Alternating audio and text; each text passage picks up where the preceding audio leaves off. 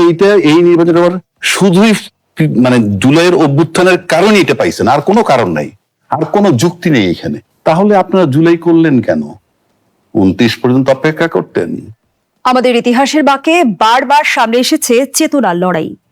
৭১-এর মহান মুক্তিযুদ্ধ আমাদের অস্তিত্ব ও স্বাধীনতার মূল ভিত্তিপ্রস্তর স্থাপন করেছিল, আর ২৪-এর ছাত্র জনতার অভ্যুত্থান এনে দিয়েছে স্বৈরাচার মুক্ত এক নতুন রাজনৈতিক বাস্তবতা। কিন্তু সম্প্রতি রাজনীতিতে এক নতুন বিতর্ক দানা বাঁধছে। ৭১-এর ইতিহাস ও অর্জনকে কি সচেতনভাবেই ভুলিয়ে দেওয়ার চেষ্টা করা হচ্ছে?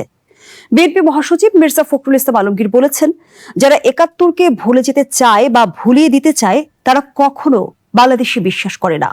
৭১কে সামনে রাখার অর্থ ২৪কে ছোট করা নয়, বরং দুটোকেই ধারণ করে উদার গণতান্ত্রিক বাংলাদেশ করতে হবে। অন্যদিকে এনসিপির কর্মসূচিতে হামলাকে কেন্দ্র করে তরুণ রাজনীতি ও পুরনো রাজনৈতিক শক্তির মধ্যে টানাপোড়েন এবং বিপরীতমুখী বক্তব্য রাজনীতির মাঠকে নতুন করে হিসাব নিকাশের মুখে দাঁড় করিয়েছে। প্রশ্ন উঠছে, ২৪-এর চেতনা কি ৭১-এর মুখোমুখি দাঁড় করানো হচ্ছে, নাকি এর আড়ালে নতুন কোনো রাজনৈতিক মেরুকরণ ঘটছে? এই প্রেক্ষাপটে আমরা আজ আলোচনা করব।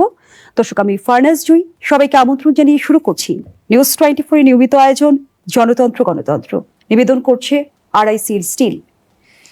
৭১কে ভুলিয়ে দেওয়ার রাজনীতির অভিযোগ, এই শিরোনামে আজকের আলোচনা এগিয়ে নিতে স্টুডিওতে আছেন ৩ জন সম্মানিত অতিথি। চলুন একে একে পরিচিত হই। আমার ডান দিক থেকে পরিচয় পর্ব শুরু করছি। আছেন অবসরপ্রাপ্ত মেজর ডক্টর নাসির উদ্দিন আহমেদ, রাজনীতি ও নিরাপত্তা বিশ্লেষক।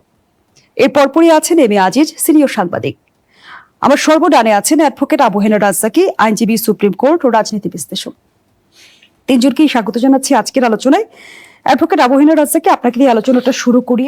যেমনটি বিএনপি মহাসচিব মির্জা ফখরুল ইসলাম আলমগীর অভিযোগ করেছেন, যারা ৭১কে ভুলিয়ে দিতে চায় তারা কখনো বাংলাদেশে বিশ্বাস করে না। বর্তমান রাজনীতিতে এই সন্দেহ কেন তৈরি হলো? ধন্যবাদ আপনাকে এবং আমার দুই সহ-আলোচক এবং নিউজ 24 এর দর্শক শ্রোতা।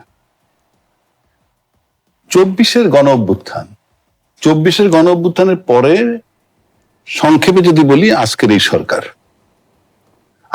সরকার হিসাব মতে আসার কথা ছিল 2029-এ, সেই সরকার আসলো 2026-এ। এইটা এই নির্বাচন শুধুই জুলাইয়ের অভ্যুত্থানের কারণে এটা পাইছেন, আর কোনো কারণ নাই, আর কোনো যুক্তি নেই এখানে। এখন যদি বলা হয় তাহলে কি ২৪-৭১ সমকক্ষ? আমি কি আমার যেটা প্রশ্ন করছেন সেটা উত্তর দিই। এখন যদি কেউ বলে যে ২৪কে যদি আমরা হাইলাইট করি তাহলে ৭১ কবর হয়ে যায়, ৭১ ঢাকা পড়ে যায়, তাহলে জুলাইয়ের কৃতিত্ব তাদের নেওয়া উচিত না। তো বিএনপি তো বলছে যে জুলাই তারা করেছে, এবং এমনও বলছে যে আমরা যদি নির্বাচনে না যেতাম তাহলে হয়তো জুলাই হতো না। তাহলে জুলাই আপনারা করলেন কেন? আমি কৃতিত্বের প্রশ্নে বলছি। আমরা আনুষ্ঠানিকভাবে দেখেছি যে জুলাইয়ের দায়িত্ব বা জুলাইয়ের কৃতিত্ব তারা নিচ্ছেন। পাশাপাশি জুলাই যখন চলমান তখন তাদের দায়িত্বশীল ব্যক্তিরা বলছেন আমরা এর ভিতরে নাই। দুটো কথাই কিন্তু আছে। তাহলে আপনারা জুলাই করলেন কেন? 29 পর্যন্ত অপেক্ষা করতেন। 5 মাস পরে শাহাবুদ্দিন কি বা বিদায় দেওয়া লাগলো কেন? আপনি কবর দেন কিভাবে একটা ইতিহাস? আজকে নাসির ভাই একটা বয়স পার হয়ে আসছে, আজিজ ভাই একটা বয়স পার হয়ে আসছে, আমি একটা বয়স পার হয়ে আসছি। আপনি বলেন তো কে কার ইতিহাস ভুলছেন? কি আলাপ এগুলো? আমি আবারও বলছি, ৭১ আমরা ভূখণ্ড পেয়েছি, এটা কোনো দলের নয়। দল যদি কি আইনেও থাকে, এটা রাষ্ট্রের জন্য অর্জন করছে। তো রাষ্ট্রের জন্য যখন আপনি অর্জন করছেন, তখন আপনি থাকলেও রাষ্ট্রের, না থাকলেও রাষ্ট্রের। কিন্তু স্বাধীনতার ৫৩-৫৪ বছর পর এই ভূখণ্ড যখন স্বাধীন হওয়ার পর থেকে একটা পরিবার বা একটা দল দখল করে রাখছে একচ্ছত্র ভাবে। বড় বড় আর্মি অফিসার আয়নাঘরে ছিল, নির্বিকার বাকি আর্মি অফিসাররা ক্যান্টনমেন্টে বসে তাকায় তাকায় দেখছিল, যেটা স্টাবলিশ করে দেশের সার্বভৌমত্ব ছিল না। কারণ যুদ্ধবিহীন অবস্থায় যদি ৫৭ জন অফিসার মারা যায়, আমার চেয়ে নাসির ভাই ভালো বলবেন, আর অন্য অফিসার যখন তাকায় তাকায় দেখে, তখন বুঝতে হবে যে আপনার সার্বভৌমত্ব ছিল না। সেই সার্বভৌমত্ব ফেরত আনছে জুলাইয়ের ২৪-এ।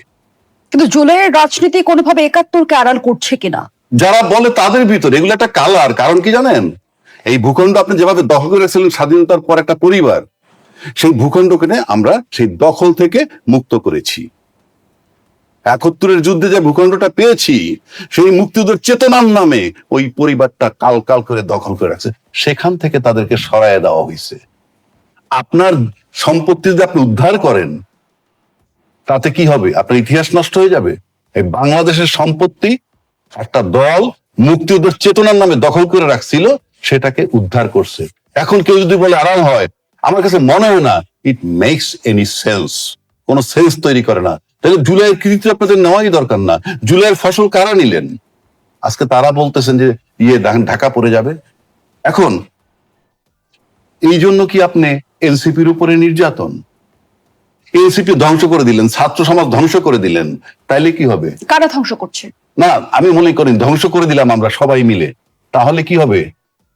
24-এর ইতিহাস থাকবে না। আর 24 ইতিহাস না থাকলে তো আপনি তো নির্বাচনটাই হয় না। 24 কি শুধু এনসিপি কেন্দ্রিক? আমি তা বলছি না। আজকে তো মাঠে রাজনীতিতে যখন এনসিপি যায়, তাদের কিন্তু পিটানো হয়। আমি একটা কথা বলি আপনাকে, সিম্পল। জুলাই কৃতিত্ব যদি এনসিপি কে দেয়, কারণ রাজনৈতিক দল যদি আপনি আনেন, তখন তারা ছিল ছাত্র জনতা বা ছাত্র আপামর জনতার সাথে, একটা কেউ তো নেতৃত্ব দিতে হয়। আজকেও যেমন বাংলাদেশকে বিএনপি নেতৃত্ব দিচ্ছে, নেতৃত্ব ছাড়া তো কিছু চলে না। কিন্তু অ্যাডভোকেট অভয়নুর আছে কি জুলাইয়ের কৃতিত্ব আর জুলাইকে কেন্দ্র করে রাজনীতি, এর মধ্যে নিশ্চয়ই পার্থক্য আছে। তো জুলাইকে কেন্দ্র করে রাজনীতি মানে বুঝলাম না। আপনি এখনো 71-কে কেন্দ্র করে যদি রাজনীতি করতে পারেন, আপনি এখনো 71-এর চেতনা নিয়ে বসে আছেন, এটা তো অপরাধ না। আপনি চেতনা লালন করবেন, ওটাই দোষ নাই। তো আমি নগদটা ভুলবো কেমনে?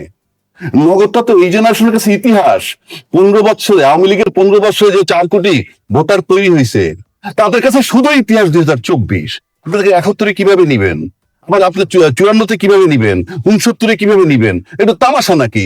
History history. যে লোক বাংলাদেশকে আদৌ বিশ্বাস করে না, তাকেও যদি আপনি লিখতে দেন এখন যে বাংলাদেশের ইতিহাসটা তুমি লেখো, বাংলাদেশ কিভাবে আসলো, তার সাধ্য আছে 71-কে বাদ দেওয়ার? বিষয়টা আওয়ামী লীগ চলে যাওয়ার পর, 2024-এর পর বারবার এই কথাটা আসতেছে কেন? ডাজ ইট মিন যে আওয়ামী লীগ চলে গেলে দেশের মুক্তিযুদ্ধ চলে গেল? আওয়ামী লীগ চলে গেলে দেশের 71 চলে গেল? কারণটা কি? আপনি এই কথা এখন আনেন কেন? আপনার লাইফের চেঞ্জ আপনি দেখেন না। আপনার লাইফের চেঞ্জ দেখেন না। আপনার জীবনে কতবার জুতা মানে পরিবর্তন করছেন, কত কিছু পরিবর্তন করছেন। আপনার বাবার নাম ভুলে গেছেন, আপনার মায়ের নাম ভুলছেন, চেঞ্জ হয়েছে। এগুলো হলো কথার কথা। আপনি কি রাজনীতি করতেছেন? আপনি 3টা দল এখন পার্লামেন্টে আছে। 3টা দল প্রথম অধিবেশনে আলোপ করলো কি? গুপ্ত সুপ্ত স্বাধীনতার পক্ষ শক্তি বিপক্ষ শক্তি। পৃথিবীর কোন দেশে এই আলোচনাটা হয়? স্বাধীনতার বিপক্ষ শক্তি তো রয়েছে, এটা তো আমাদের বাস্তবতা। সেটা কি আমরা অস্বীকার করতে পারবো? স্বাধীনতার বিপক্ষ শক্তি এটা কে? মানে আপনার সাথে মত না মিললেই আপনি বিচার করছেন না স্বাধীনতার বিপক্ষের শক্তির? যদি বিচার ইনকমপ্লিট করে থাকে, বিচার কি ইনকমপ্লিট হয় নাকি? ক্রিমিনাল অফেন্সের বিচার 2বার 5বার হয়। আপনি যে সেই বিচার করলেন, তখন কি ইনকমপ্লিট ছিল?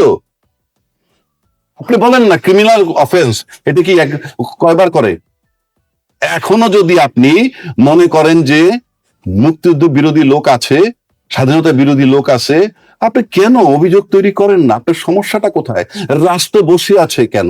আপনি যদি স্বাধীনতার বিপক্ষ শক্তি বলতেছেন, আপনি বিচার করতেছেন না কেন? বরং টক শোতে সে জাতীয় লোক বলে কি স্বাধীনতার বিপক্ষ শক্তি এসে ক্ষমা চাক জাতির কাছে। সবার বিচার কি নিশ্চিত করা সম্ভব হয়েছে? আমার কথাটা আপনি শেষ করতে দেয়। এখনো টক শোতে সে কি বলে আপনার জাতির কাছে ক্ষমা চান? এটা কি তামাশা নাকি? আপনি এত লোক হত্যা করছেন, এত মামুনের ইজ্জত নিচ্ছেন, আপনি কে যে অথরিটি দিয়ে দেন আইসা যে আপনারা ক্ষমা চান, জাতির কাছে ক্ষমা করে? কেন? কারণটা কি? আপনি বিচার করবেন। বলে না টকশোতে এসে তাদেরকে মাপ চাইতে হবে, মাপ চাইলে মাপ। আপনি 2 লক্ষ মামুনের ধর্ষণ হয়েছে, 30 লক্ষ শহীদ হয়েছে, কেন বাংলাদেশ বিচার করতে পারে? 53 বছর যাবত, আজকে 55 বছর যাবত একদল 15 বছর স্বাধীনতার পক্ষের শক্তি হিসাবে এটাকে ক্যাশ করে বিদায় নিছে। আজকে যারা ক্ষমতা, তারাও স্বাধীনতার পক্ষের শক্তি। আপনার 2 দফায় রাফলি 15-5-20 আর 10-30 বছর ক্ষমতায় ছিলেন, আপনারা বিচার করতে পারেন নাই। Get lost. এই কমপ্লেনটা কি আপনাদের জেনুইন কমপ্লেন না political complain? If it is a political complaint, get lost.